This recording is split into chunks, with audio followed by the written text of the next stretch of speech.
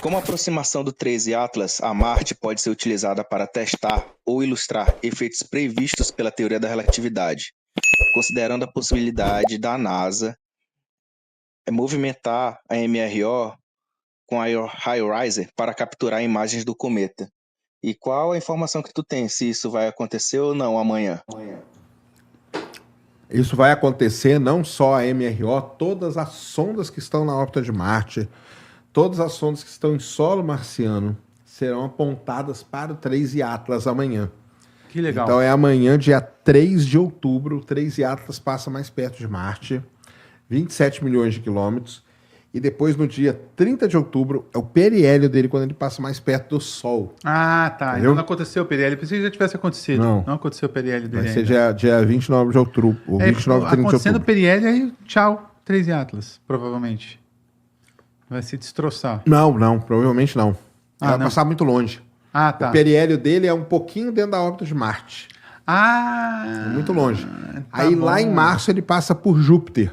E aí a sonda Juno vai ser apontada para ele. Nossa, que sensacional. É. Ele tá rápido mesmo, hein? Ele tá muito rápido, muito rápido. Sérgio, porque os cometas viajam a tanta velocidade e as outras pedras no espaço não chegam muito forte. Cara, esse cometa aí, porque ele foi jogado para fora do sistema dele, tá? Aqui no sistema solar, as coisas não podem mexer a mais de 60 km por segundo, senão elas saem fora, né? É a velocidade de escape Sim. do nosso sistema solar. Tanto, esse 13 Atlas ele vai acabar saindo do sistema solar, né? Ele, pelo tamanho dele, ele deve sobreviver ao Sol ali, na maior proximidade com o Sol ali, né? Não, todo mundo acha que ele vai se arrebentar todo. Ah, é? Acham que vai se arrebentar? Vai. Ah, tá. Aí, Mas se ele vamos não ver. se arrebentasse, ele sairia, né? Ah, sairia. Ele sairia do sistema solar, né? Ele tá com uma velocidade muito alta, né? Muito alta. 60 e poucos quilômetros por segundo. É muita coisa. Pois é bastante coisa. Tem uma coisa, Serjão, que... Você lembra do lance das pirâmides? Que foi um puta de um bait, por conta de um grupo de cientistas que resolveram ali se comunicar de uma forma totalmente equivocada. Assim, existe uma cosmologia que a gente chama de cosmologia de Schwarzschild, que traz algumas predições com relação a isso, dizendo que o universo ele poderia estar assim no interior de um buraco negro. Só que tipo é uma coisa muito incipiente. A gente sabe que isso não tem O cara grande agora relevância. voltou para tentar provar, né? Mas agora o que acontece? Recentemente saiu um artigo que basicamente e que aí usaram disso, né? Que mostra o seguinte: eles observaram um conjunto lá de 370 galáxias aproximadamente, e eles perceberam que 2/3 dessa quantidade estariam girando num sentido anti-horário e não horário. Isso quebraria um princípio da isotropia do universo, certo? Da isotropia e homogeneidade do universo. Beleza? Beleza. Porém, nesse artigo, então, vamos lá. Tiveram alguns cientistas, que eu acho que até estavam na colaboração, que chegaram e disseram, olha, uma forma da gente explicar isso é imaginar que o universo esteja contido dentro de um buraco negro em rotação, porque isso daria um sentido de favorecimento para a rotação dessas galáxias.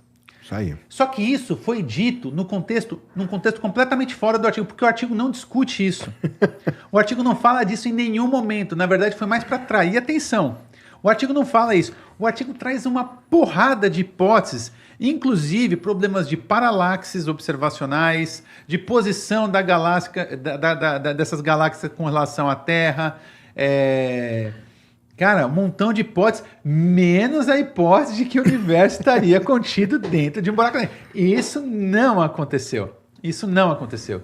Então, E tem gente que tá querendo provar até, né? mas assim, quando a gente vai estudar um pouquinho de cosmologia, a gente, de fato, e aí consegue, por exemplo, a gente vai pegar o universo de Einstein de Sitter, só que aí partindo para o conceito do universo estático. Dependendo das condições que a gente coloca ali, a gente consegue determinar um horizonte de eventos para esse universo. Então, se a gente consegue determinar um horizonte de eventos para o universo, bom, quem tem horizonte de eventos é buraco negro. É um buraco negro. Então, Então então a gente pode fazer esse tipo de ponderação. Sim. Mas assim, eu acho algo improvável, mas acho que toda discussão é válida. Basicamente é isso, né? Na ciência a gente não pode se fechar para coisas que tenham, que façam sentido, para hipóteses que façam sentido e que estejam de acordo com aquilo que é observado, não em bobagem terraplanista. Né? Isso mesmo. É isso aí. Mas tem uma coisa muito interessante, né, que acho que ela não comentou, que é a tal da dilatação temporal. Isso, dilatação temporal é excelente. Né? Exatamente. Vamos lá. Vamos recorrer ao filme Interestelar, que é a coisa que mais se aproxima de todo mundo. O que aconteceu com o Cooper? Vamos citar aquele primeiro exemplo. Então você tem o Cooper e a doutora Brent, que eles estão dentro de uma nave, certo? E aí eles pegam uma outra nave ali, tem a nave mãe, esqueci o nome da espaçonave ali. Mas aí eles saem da nave e se aproximam do planeta Miller, certo? Isso. E aí quando eles voltam, eles têm problemas lá no planeta Miller. No relógio deles, eles ficam ali por volta de 2 horas. Quando eles voltam, passou, se não me engano, 27 anos para o cientista, que eu nunca lembro o nome dele, infelizmente, para o cientista que ficou na nave. Então, o que aconteceu? Por que isso aconteceu? Isso é muito importante pontuar, porque eu já vi gente divulgando coisas assim, é por conta da velocidade do planeta em torno... Não tem nada a ver com a velocidade do planeta em torno do buraco negro, nada disso. É porque a gravidade era muito intensa. Então, a curvatura espaço-temporal, que é a gravidade no contexto da relatividade geral, era muito intensa. Então, essa curvatura espaço-temporal dilata o tempo. Então, o tempo para o Cooper e para a doutora Brent naquele planeta passou muito mais lentamente do que para o cara, comparativamente ao cara que ficou na espaçonave, tá? Gravidade faz isso, ela dilata o espaço-tempo, beleza? Uma questão até que é legal da gente falar, né, que eu falei aqui no começo e tudo, que não é porque surgiu a quântica que a gravidade vai ser, que a gravitação de Newton é jogada fora, né? Isso é importante a gente Nós temos falar. a relatividade geral, né? Sérgio, isso que você falou é maravilhoso. A gravitação newtoniana jamais foi jogada fora. Na verdade, porque ela funciona, né? ela Isso é funciona legal da no gente nosso falar, regime. né? E ela funciona no nosso regime. Ela Isso. funciona plenamente para quase tudo. A gente entende quase tudo utilizando gravitação newtoniana. Satélite, a Lua em torno da Terra é gravitação newtoniana. Inclusive os efeitos caóticos dela ficar tremilicando, tudo isso é explicado por gravitação newtoniana e esquece, entendeu? Você não precisa de relatividade geral. Mas eu acho que o quê? Que a gravitação newtoniana ela é um caso particular, então, da relatividade? Maravilha. Na verdade, é exatamente isso que você falou. É exatamente o que você falou. A relatividade geral, ela generaliza a gravitação newtoniana. Então, o que acontece? Você tem a gravitação newtoniana que funciona muito bem em nossos regimes. Aqui, certo? Para o planeta Terra, para as coisas caindo e tudo mais.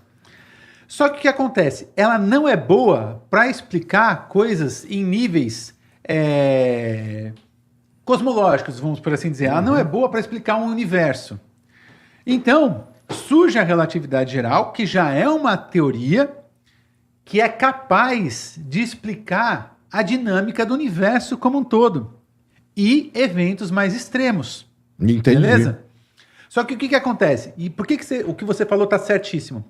A gravitação newtoniana é um caso particular da relatividade geral. Tanto que a gente usa uma coisa que a gente chama de aproximação de campo fraco, onde quando a gente considera um campo gravitacional muito fraco e velocidades reduzidas, a gente sai das equações de Einstein e chega exatamente nas equações de Newton. Então. Essa dedução é importante para mostrar que um não mata o outro. Na verdade, é uma evolução, né? É uma evolução, exatamente. Nada mata nada, na verdade. Na verdade, as coisas só evoluem. É isso aí. Aí, uma coisa que é legal da gente falar é... Então, porque o Einstein fez lá tudo tal, e a equação dele estava bonita, a relatividade, não sei o quê. A galera ia lá e pegava as equações, ficava resolvendo e tentando achar coisas, né? Dois caras muito importantes da cosmologia Isso, excelente. foram lá e pegaram, né, a equação. E eles descobriram como que é que eles vislumbraram, o que eles viram ali, que aqui ali, o que quer dizer isso? Que a equação do Einstein, ela mostra como que é o comportamento do universo, né? Exatamente. Exatamente. Tiveram algumas pessoas que se envolveram com isso. Então, o Einstein, ele propôs um universo, só que um universo estático. Estático, isso aí. Só que o que acontece? Surge uma história que é famosíssima. O Einstein, ele propõe a ideia de um universo estático e ele era apoiado por De Sitter. Tá? Então, existe um universo de Einstein e De Sitter que é um universo estático. Só que para esse universo ser estático, ele precisou colocar sobre as equações da relatividade uma constante que ficou conhecida como constante cosmológica. Daqui a pouco a gente volta a falar disso, que isso é importante nos dias de hoje. Tá? Então, temos lá as constantes cosmológicas. Por que ele pôs essa constante cosmológica? Porque ele acreditava no seguinte, só a relatividade geral, só as equações do jeito que estavam, devido à questão de atração gravitacional ali entre os planetas, estrelas e tudo mais, o universo deveria se colapsar, ou seja, se atrair completamente gravitacionalmente. Então ele põe essa constante que ela apresenta um efeito repulsivo entre toda a matéria do universo, e aí você consegue, portanto, propor um universo que é estático e também é temporalmente infinito. E isso diretamente ligado ao viés dele, porque ele não acreditava numa criação do universo. Em contrapartida, nós temos Friedman e Lemaitre, que eles diziam que o universo estaria em expansão. E eles não só lançaram a hipótese de que o universo estaria em expansão, eles provaram, quer dizer, demonstraram matematicamente, utilizando as equações de Einstein, de que o universo poderia estar em expansão. Beleza? Beleza? Beleza. Maravilha. Só que, o que acontece? Na época ali, quando houve esse embate, que foi um dos grandes embates científicos do século XX, a gente não tinha como medir isso. Então, foi só em 1929 que Edwin Hubble ele conseguiu observar galáxias distantes e, através de um efeito chamado de redshift, ele conseguiu verificar que a maioria das galáxias distantes que ele observava estavam se afastando. E mais, quanto mais distante era a galáxia, mais rapidamente ela vai se afastar. Isso ficou conhecido como Lei de Hubble, que provou que o universo estava em expansão. E aí uma coisa muito legal também. Para o Lemaitre, e isso foi muito legal, porque o Lemaitre era um padre belga.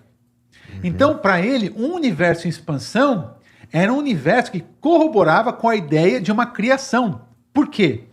Porque se o universo está se expandindo, veja comigo, se o universo está se expandindo, isso significa que amanhã ele é maior do que hoje.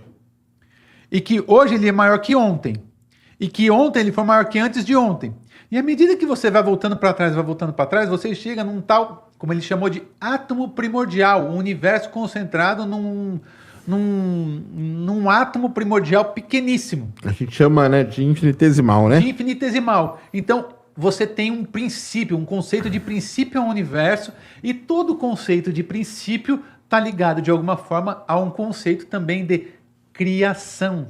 Então, isso corroborava completamente com o viés religioso dele, né? Só que, de fato, isso se confirmou. O Einstein assumiu o erro e disse que a constante cosmológica foi o maior erro de toda a sua vida. É isso mesmo. E Grande depois Einstein. ela vai voltar, né?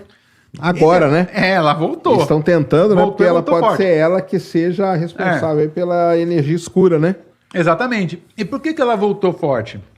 Porque desde a década de 90, a gente conseguiu verificar que o universo não só está se expandindo, mas ele está se expandindo aceleradamente. É isso aí. Só que para se expandir aceleradamente, as equações de Einstein sozinhas não prevêem o universo se expandindo aceleradamente. Então você precisaria de um termo repulsivo que resultaria nessa expansão acelerada. Então, portanto, o que aconteceu? Volta a constante cosmológica para as equações de Einstein. Basicamente, a ideia é essa. É isso mesmo. Isaac Newton Pop mandou R$10. Sérgio, se você pudesse fazer 5 perguntas para Deus sobre o espaço, o que você perguntaria? Suas dúvidas. O que você perguntaria, Sérgio, para Deus? Energia escura, matéria escura, vida no universo. Boa. Vamos ver. Essa aí tava bom demais. Não, mas ainda o que existe de mais fundamental na natureza, afinal de contas? Seriam essas tais cordas? Seriam essas supercordas? A gente está, de fato, imerso num espaço 11-dimensional, como prevê aí algumas teorias. Mas eu acho, cara, que a resposta que eu mais gostaria de ter, assim, de ver, não tem nada a ver com a minha área, mas seria vida fora da Terra. Sim, eu ia falar isso aí. Isso é o que eu mais gostaria de ter notícia.